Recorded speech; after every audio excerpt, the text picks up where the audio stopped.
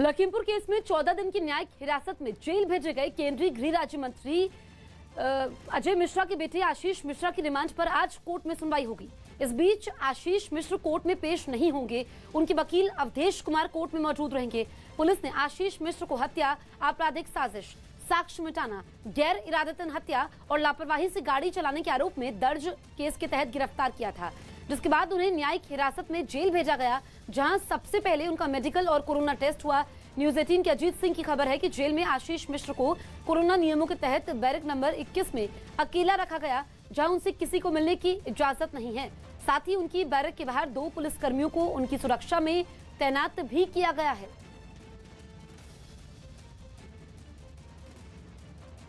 लखीमपुर मामले में सियासत भी तेज है। समाजवादी पार्टी ने इस मामले में बीजेपी को घेरते हुए आशीष मिश्र के पिता और केंद्रीय गृह राज्य मंत्री अजय मिश्र के इस्तीफे की मांग की।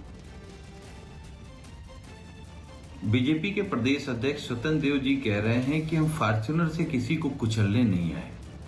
तो जब आपके नेता के बेटे ने थार से किसानों को कुचला, तब आपके मुंह पे पट्टी क्यों बंधी थी? कहां नैतिकता मर गई थी? क्यों नहीं अभी तक उस गृह राज्य मंत्री को बर्खास्त कर पा रहे हैं, जिसके सह से, जिसकी ताकत से किसानों को कुचला गया? लखीमपुर घटना पर एआईएमआईएम अध्यक्ष असदुद्दीन ओवैसी ने आरोप लगाया कि चुनाव की वजह से अजय मिश्र को उनके पद से नहीं हटाया जा रहा। ओवैसी ने बीजेपी पर जाति की राजनीति करने का आरोप लगा दिया। मंत्री को नहीं हटाते, उनके अब्बा को। योगी जी आशीष के अब्बा जान को नहीं हटाएंगे? क्या तुम ही बोल सकते अब्बा जान? हम हमारी मुंह में जबान नहीं है? क्या नरेंद्र मोदी आशीष के अब्बा जान को नहीं हटाएंगे? आप मोदी जी क्यों नहीं हटाएंगे अब्बा जान को? आप हटाना चाहिए ना अब्बा जान को। आप तो बोलते हैं कि मैं कोई चीज को, गलती को बर्दाश्त नहीं करता। बाबा, क्या आशीष के अब्बा को आप बचाएंगे या जेल को भिजाएंगे? इस बीच बीजेपी ने लखीमपुर मामले में कांग्रेस पर राजनीति करने का आरोप लगा दिया।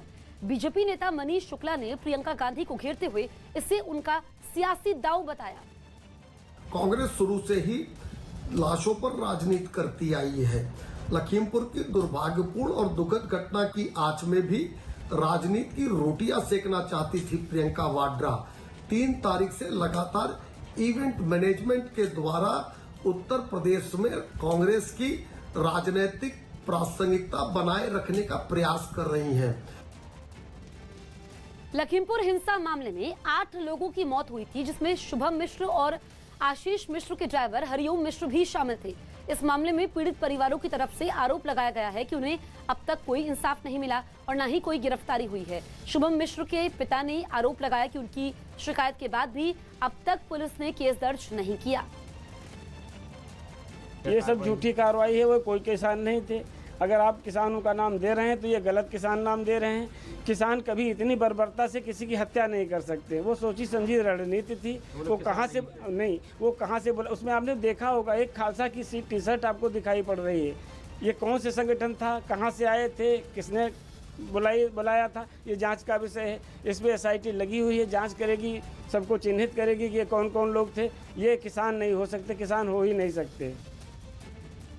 लखीमपुर घटना के विरोध में आज महाराष्ट्र में महाविकास अघाड़ी ने बंद का ऐलान किया है।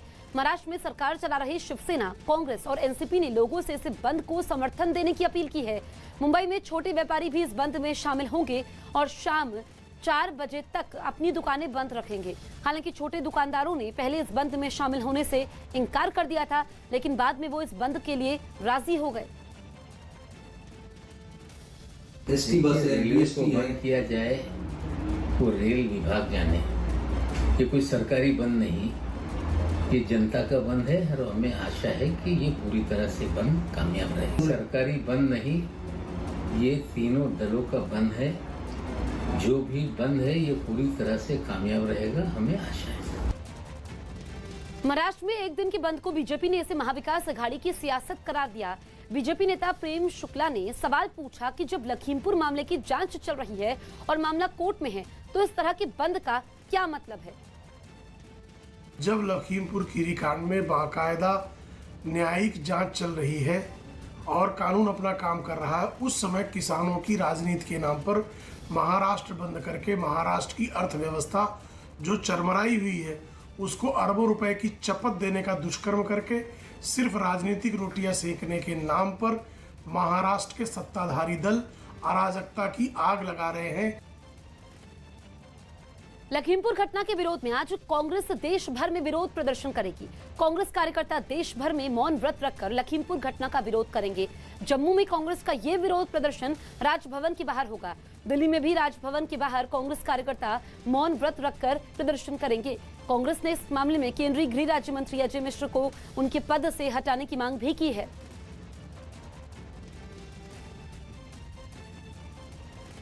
यूपी बीजेपी के अध्यक्ष स्वतंत्र देव सिंह ने प्रदेश कार्य समिति की बैठक में बयान दिया कि किसी को कुचलकर नहीं, जनता के प्यार से नेता बना जाता है। नेतागिरी का मतलब लूटने नहीं आए हैं, फॉर्च्यूनर से किसी को कुचलने नहीं आए हैं। वोट मिलेगा आपके व्यवहार से मिलेगा, लेकिन मोहल्ले वालों को मोहल्ले में प्रसन्न होना चाहिए। जिस गली में आप रहते हैं, यदि 10 आपका प्रशंसा करता है तो मेरा सीना चौड़ा होगा। इसलिए पार्टी में काम करते हैं, यह नहीं कि मोहल्ले वाले आपके शकल से छिप जाए। गुजरात के अमरेली से रोंगटे खड़े करने वाला एक वीडियो सामने आया। वहां जोरदार बारिश की वजह से उफान पर आई एक नदी के पानी में मूंगफली से लदा एक ट्रैक्टर बह गया, जो तेज बहाव के बीच पुल के ऊपर से गुजरने की कोशिश में हादसे का शिकार हो गया। ये देख पुल के दोनों छोर पर खड़े लोग सहम गए। दिन से रात हो गई, मगर पानी घटने के बजाय उसकी रफ्तार और बढ़ गई। इतने जोखिम के बाद भी ट्रैक्टर और उसके ड्राइवर को निकालने के लिए वहाँ एक खुदाई करने वाली मशीन बुलाई गई और फिर इसकी मदद से लहरों में फंसे ट्रैक्टर के ड्राइवर को किसी तरह बचा लिया गया, जबकि ट्रैक्टर को नहीं निकाला जा सका। जम्मू कश्मीर से बड़ी खबर दे रहे हैं रिफत अब्दुल्ला, जहां अनंतनाग और बांदीपुरा में देर रात से सुरक्षा बल और आतंकवादियों के बीच मुठभेड़ चल रही है, जिसमें अब तक 2 आतंकी मारे गए हैं। अनंतनाग में एक आतंकी मारा गया, जबकि गोलीबारी में पुलिस के एक जवान भी घायल हो गया। तो वहीं बांदीपुरा में भी एक आतंकी मारा गया है और ये आतंकी किस संगठन से जुड़े हुए थे ये साफ नहीं है, लेकिन अभी मुठभेड़ चल रही है। रिफत हमारे सहयोगी फोन लाइन पर मौजूद है। रिफत, ताजा स्थिति क्या है? देखिए, जिस तरीके से आपने कहा कि 2 मिलिटेंट मारे गए, एक तो अनंतनाग में मारा गया, एक बांडीपोरा में, लेकिन पुलिस का कहना है कि जो बांडीपोरा में मिलिटेंट मारा गया उसकी शिनाख्त इम्तियाज अहमद के तौर पे हुई और पुलिस का कहना है कि वो रीसेंट जो किलिंग हुई है शाहगुंड एरिया में बांडीपोरा डिस्ट्रिक्ट में, वो उसमें इन्वॉल्व था। आपको मालूम है कि कुछ दिन पहले 3 किलिंग शाम को हुई थी 2 घंटे में, जिसमें कश्मीरी पंडित जो मेडिकल शॉप चला रहा था, बिंद्रू मेडिकेट का मालिक, एक तो वो मारा गया था, एक और गोलगप्पे वाला जिसका बिहार से ताल्लुक था वो लाल बाजार इलाके में मारा गया था, और उसी दिन हाजन एरिया में यानी बांडीपोरा डिस्ट्रिक्ट में शाहगुंड के करीब एक शख्स मारा गया था, मोहम्मद शफी, जो सोमू स्टैंड वहाँ पे उसका प्रेसिडेंट बताया जा रहा था और उसकी भी मौत हुई थी। लेकिन पुलिस ने अभी प्रेस नोट जारी करके बताया कि वो इन्वॉल्व था, जो आज मिलिटेंट मारा गया इम्तियाज अहमद, वो उस किलिंग में इन्वॉल्व था। ठीक है रिफत।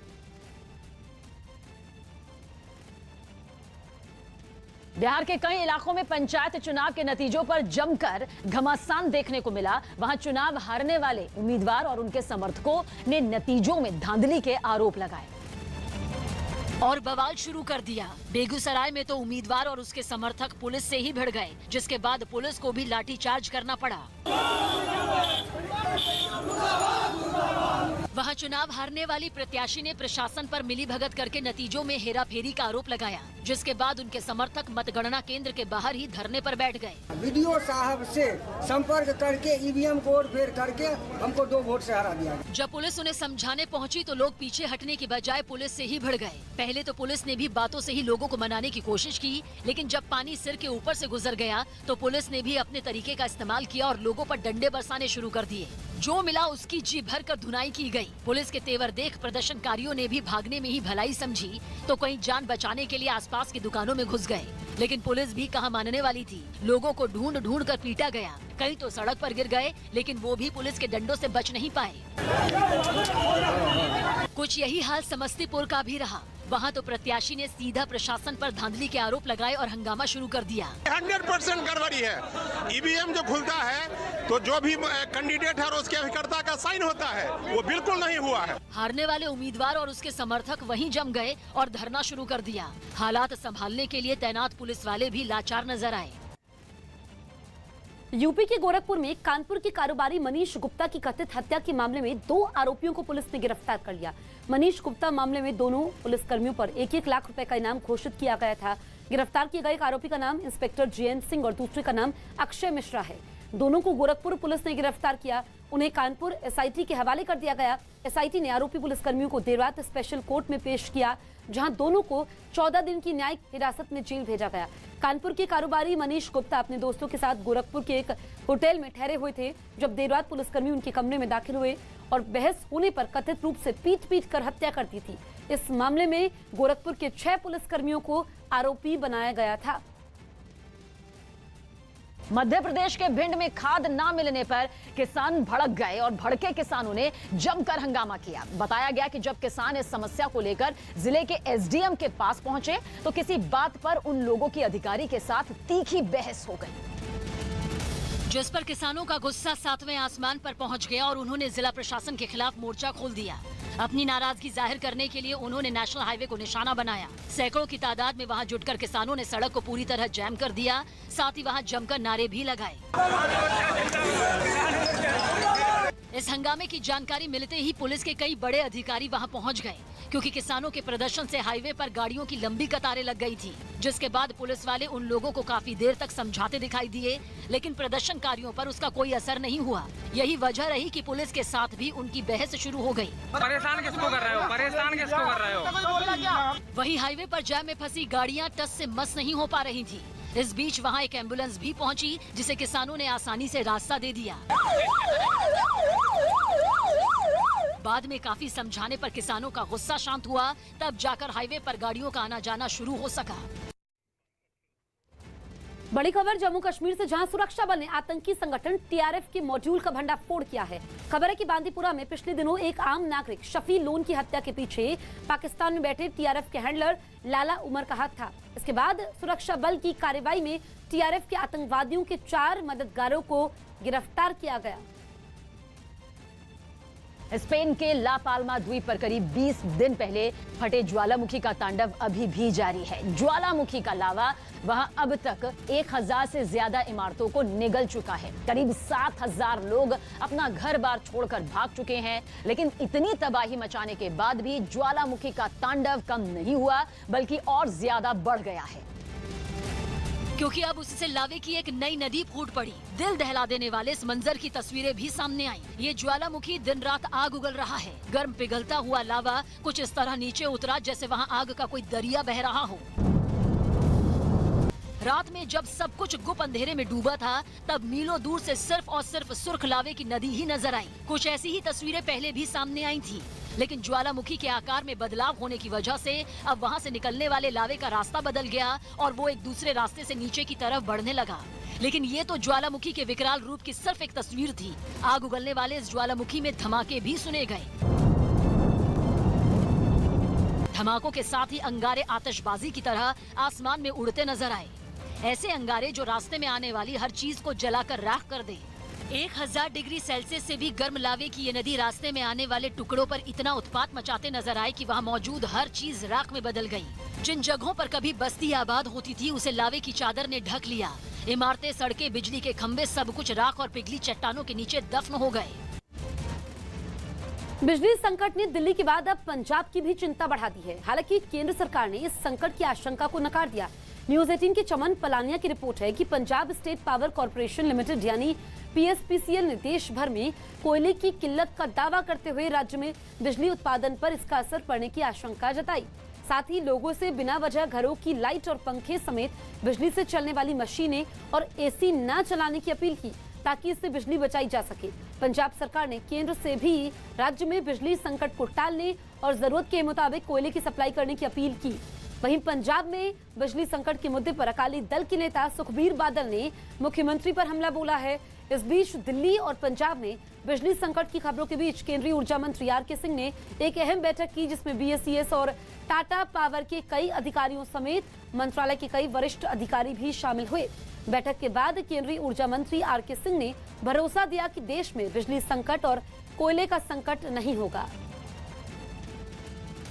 कोयला का हमारे पास रिजर्व स्टॉक 4.5 दिन का है, पर्याप्त कोयला हमको मिल रहा है। देश में कहीं पर भी कोई दिक्कत नहीं होगी, न दशहरा में, न दिवाली में, न उसके बाद।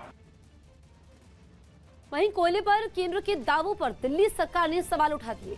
अलग अलग राज्यों के सीएम की चिट्ठी का हवाला देकर उप मुख्यमंत्री मनीष सिसोदिया ने बिजली संकट की आशंका को सही माना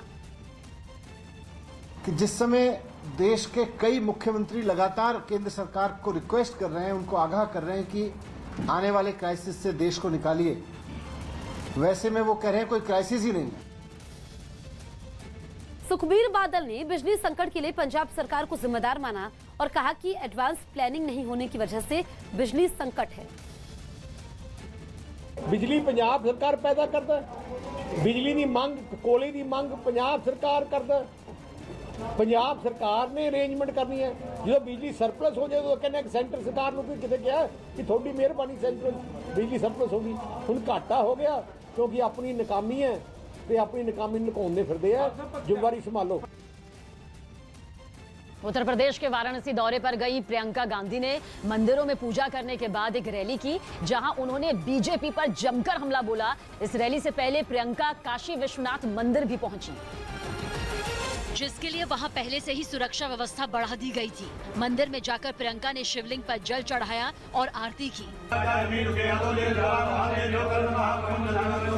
इसके बाद वो दुर्गा मंदिर पहुंची, जहां पूजा करने के बाद उन्होंने मंदिर की परिक्रमा भी की। इस दौरान एक महिला कांस्टेबल को उन्होंने गले भी लगाया, जो उनकी सुरक्षा में वहां तैनात थी। इसके बाद प्रियंका गांधी वाराणसी में ही किसान न्याय रैली को संबोधित करने पहुंची, जहां उन्होंने अपने भाषण की शुरुआत देवी मंत्र से की। या देवी सर्वभूतेषु शक्ति रूपेण संस्थिता, नमस्तस्यै नमस्तस्यै नमस्तस्यै नमो नमः। इसके बाद प्रियंका ने लखीमपुर घटना के साथ दूसरे कई मुद्दों पर बीजेपी को आड़े हाथ लिया। पुलिस और प्रशासन विपक्ष के नेताओं को रोकने में लगी थी। जब मैंने रात में वहां जाने की कोशिश की, तब हर सड़क पे पुलिस थी, मुझे रोकने की कोशिश की। प्रियंका के इन आरोपों पर पलटवार करने में बीजेपी ने भी देरी नहीं की। उत्तर प्रदेश के लोगों को इनके ऊपर विश्वास हो जाएगा। उत्तर प्रदेश के लोग तो ये कहेंगे कि तुम तो ठहरे परदेसी, साथ क्या निभाओगे। आज यहाँ पे रैली कर रहे हो, कल दिल्ली चले जाओगे। कांग्रेस की इस रैली में पार्टी के कई नेता भी शामिल हुए। एक इंटरव्यू में केंद्रीय गृह मंत्री अमित शाह ने विरोधियों के आरोपों का जवाब दिया और पीएम मोदी को बेहतरीन श्रोता बताया। मैंने मोदी जी जैसा श्रोता देखा ही नहीं। किसी भी समस्या के लिए बैठक हो, कम से कम मोदी जी बोलते हैं, बहुत सब लोगों को धैर्यपूर्वक सुनते हैं और फिर उचित निर्णय लेते हैं, और छोटे से छोटे व्यक्ति के सुझाव की गुणवत्ता के आधार पर वो महत्व देते, व्यक्ति के आधार पर नहीं देते। तो ये कह देना कि वो निर्णय थोपने वाले नेता है, जरा भी सच नहीं है। केंद्रीय गृह मंत्री अमित शाह ने इंटरव्यू में सरकार चलाने के पीएम मोदी के तरीके के बारे में बात की और कहा कि पीएम के लिए भारत सबसे पहले है और वो सारे फैसले भी इसी आधार पर ही लेते हैं। भारत प्रथम, इंडिया फर्स्ट, ये लक्ष्य लेकर वो चलते हैं और इसीलिए इसी में से दृढ़ राजनीतिक इच्छा शक्ति का निर्मित होती है। और जब दृढ़ राजनीतिक इच्छा शक्ति के साथ आप एक रास्ता तय कर लेते हो कि मुझे देश को यहाँ पहुँचाना है, तो हर क्षेत्र के अंदर आप फैसले देखिए। बिहार की राजधानी पटना से हैरान करने वाली तस्वीरें सामने आई। वहां बीच सड़क पर एक आदमी ने पुलिस वाले से काफी देर तक बहस की। बताया गया कि हंगामे की शुरुआत तब हुई जब ट्रैफिक पुलिस ने उस आदमी को बिना हेलमेट के गाड़ी चलाते हुए पकड़ लिया, जिसके बाद वो आदमी ट्रैफिक पुलिस के साथ वहां खड़े एक पुलिस अधिकारी से भी भिड़ गया। ये देखकर पुलिस वाले को गुस्सा आ गया और उसने उसे धक्का दे दिया। आरोप है कि पुलिस वाले ने उसके साथ गाली गलौज की। इस बीच उस आदमी का पारा 7वें आसमान पर पहुंच गया। वो पुलिस पर लोगों को बिना वजह परेशान करने का आरोप लगाने लगा। आप लोग पटना के पब्लिक को सर बहुत परेशान कर दिए सर। तुम परेशान कर दिए सर। हंगामा बढ़ने लगा तो ट्रैफिक पुलिस वाले उस आदमी के साथ पुलिस अधिकारी को भी समझाने में जुट गए, लेकिन तब तक पुलिस अधिकारी आपे से बाहर हो गए। पुलिस का धमका रहे हो, आप तुम धमका रहे हो, मारने का अधिकार है, लाठी मारेगा तुमको, तुम भागा क्यों? तुमको जब काफी देर तक उनके बीच इसी तरह बहस होती रही। वहां से गुजरने वाले कई लोग इस हंगामे को देखकर रुक गए, जिससे वहां भीड़ बढ़ने लगी। झारखंड के धनबाद में प्रदर्शन कर रहे 2 कोयला खदानों के मजदूरों पर सीआईएसएफ ने लाठीचार्ज कर दिया। बताया गया कि ये लोग बीते 4 दिनों से बकाया वेतन के मुद्दे पर हड़ताल पर थे, जिन्हें समझाने की प्रशासन ने कोशिश की, मगर जब बात नहीं बनी तो उनकी हड़ताल खत्म करवाने के लिए सीआईएसएफ को लाठीचार्ज करना पड़ा। इस कार्रवाई से बचने के लिए मजदूर इधर उधर भागने लगे, जिन्हें पुलिस और सीआईएसएफ के जवानों ने दौड़ा कर पीटा। इस प्रदर्शन में शामिल महिलाओं ने जब इस कार्रवाई का विरोध किया तो उनके खिलाफ भी सख्ती बरती गई और कई महिलाओं को फौरन हिरासत में ले लिया गया। हिरासत में लेने के बाद भी इन प्रदर्शनकारियों का गुस्सा कम नहीं हुआ। इन हड़ताली मजदूरों की तितर-बितर होते ही पुलिस और सीआईएसएफ के जवानों ने उस तिरपाल को भी जब्त कर लिया, जिस पर बैठकर ये लोग प्रदर्शन कर रहे थे। प्रशासन का और बीसीसीएल मैनेजमेंट का तर्क ये है कि कोयले की कमी के कारण पावर सेक्टर अब बंद होने के कगार पर है, जिसके कारण ये सख्ती बरती गई है। इस कार्रवाई के सिलसिले में जब कोयला खदान के एक अधिकारी से बात की गई तो वो सवालों से बचते नजर आए। बताया गया कि लाठीचार्ज में कुछ मजदूर घायल हो गए, जबकि एक महिला मजदूर की तबीयत बिगड़ने की खबर है। लखीमपुर केस में जेल भेजे गए आशीष मिश्र की रिमांड पर आज सुनवाई होगी। लखीमपुर केस में 14 दिन की न्यायिक हिरासत में जेल भेजे गए केंद्रीय गृह राज्य मंत्री अजय मिश्र के बेटे आशीष मिश्र की रिमांड पर आज कोर्ट में सुनवाई होगी। लखीमपुर घटना के विरोध में कांग्रेस आज देश भर में विरोध प्रदर्शन करेगी। साथ ही आज महाराष्ट्र में महाविकास अघाड़ी ने बंद का ऐलान भी किया है, जिसमें शिवसेना, कांग्रेस और एनसीपी ने लोगों से इस बंद को समर्थन देने की अपील की है। छत्तीसगढ़ कांग्रेस में चल रही घमासान के बीच सीएम भूपेश बघेल के पिता नंद कुमार बघेल ने एक जनसभा में ये दावा किया कि टीएस सिंहदेव कभी सीएम नहीं बन सकते और चुनाव लड़ने पर वो एक भी सीट नहीं जीत पाएंगे। चेन्नई सुपर किंग्स आईपीएल 2021 के फाइनल में पहुंच गई है। कल हुए पहले क्वालिफायर मुकाबले में चेन्नई सुपर किंग्स ने दिल्ली कैपिटल्स को 4 विकेट से हरा दिया। त्योहारी सीजन को देखते हुए दिल्ली पुलिस ने आतंकी साजिश को नाकाम करने के लिए कमर कस ली है। न्यूज 18 के आनंद तिवारी की रिपोर्ट है कि त्योहारी सीजन में आतंकी किसी तरह की साजिश को अंजाम ना दे सके, इसके लिए दिल्ली पुलिस भी पूरी तरह सतर्क हो गई है। दिल्ली पुलिस के पास लोकल सपोर्ट के जरिए कई जगहों पर हमले की खुफिया जानकारी है, जिसके मुताबिक पेट्रोल पंप और पेट्रोल ढोने वाले टैंकरों को टारगेट किए जाने की आशंका है। इन हमलों में स्थानीय अपराधियों और जिहादी तत्वों के आतंकवादियों की मदद करने की जानकारी भी मिली है और इससे निपटने के लिए पुलिस को गश्त बढ़ाने के साथ किराएदारों, कामगारों के वेरिफिकेशन कराने के भी निर्देश दिए गए हैं। इसके अलावा cyber cafe, chemical shop, parking, scrap dealer और कार डीलरों की जो बैठक है उनको ठीक से जांच करने के लिए भी कहा गया है। जिस तरह से अफगानिस्तान में तालिबान की सरकार बनी है, उसके बाद लगातार घुसपैठ करने की जो आतंकी है वो कोशिश कर रहे हैं जम्मू कश्मीर के रास्ते भारत के अलग अलग शहरों में, और उसको लेकर खास तौर पर दिल्ली कमिश्नर ने तमाम महातत, तमाम डिपार्टमेंट को अलर्ट रहने को कहा है। बिहार में पंचायत चुनाव की मतगणना के समय हिंसा और हंगामे का दौर नहीं थम रहा। इस कड़ी में मोतिहारी और समस्तीपुर में भी मतगणना के समय जमकर हंगामा हुआ, जिसकी एक तस्वीर समस्तीपुर जिले से सामने आई, जहां आईटीआई कॉलेज में चल रही मतगणना के तीसरे चरण के समय भीड़ बेकाबू हो गई और हंगामा करने लगी। लिहाजा पुलिस को हालात संभालने के लिए लाठीचार्ज करना पड़ा। पुलिस के एक्शन में आते ही हंगामा कर रहे लोग मतगणना केंद्र से थोड़ा पीछे हट गए, जबकि कुछ लोगों ने जब इस कार्रवाई का विरोध किया तो पुलिस ने उनको हिरासत में ले लिया। कमोबेश कुछ ऐसे ही हालात मोतिहारी में भी देखने को मिले। वहाँ मतगणना केंद्र से लौट रहे लोगों और पुलिस के बीच झड़प हो गई। इस झड़प में एक आदमी घायल हो गया। इस बात से भड़के कुछ लोगों ने एक पुलिस वाले को ही पकड़ लिया और उसके साथ धक्का मुक्की शुरू कर दी। बीच सड़क पर हुई हंगामे की वजह से छतौनी चौक पर अफरा तफरी मच गई और वहाँ से गुजर रही ट्रैफिक पर भी इसका असर देखने को मिला। और इटली में वैक्सीन के खिलाफ जो सख्त नियम है, राजधानी रोम में लोगों ने इसे लेकर जमकर हंगामा किया। वहां की सरकार ने सभी दफ्तरों में काम करने वाले लोगों के लिए अगले हफ्ते से कोरोना की नेगेटिव जांच रिपोर्ट को दिखाना जरूरी कर दिया है, जिसका विरोध करते हुए सैकड़ों लोग राजधानी रोम की सड़कों पर उतर आए, जिसके बाद पुलिस उन्हें हटाने में जुट गई। लेकिन जब बात नहीं बनी तो पुलिस को प्रदर्शनकारियों पर सख्ती बरतनी पड़ी। पहले तो उन पर पानी की बौछार की गई, फिर आंसू गैस के कई गोले भी दाग दिए गए।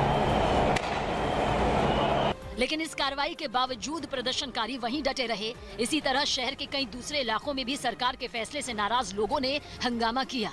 उनकी वजह से जगह जगह ट्रैफिक जैम हो गया। इससे पहले सैकड़ों की तादाद में लोग एक जगह जुटकर प्रदर्शन करते नजर आए। उनके हाथों में पोस्टर और इटली का झंडा भी दिखाई दिया। देश के बड़े मुद्दों पर आज शाम 7:57 से देखिए अमन चोपड़ा के साथ देश नहीं झुकने देंगे, सिर्फ न्यूज़ 18 इंडिया पर।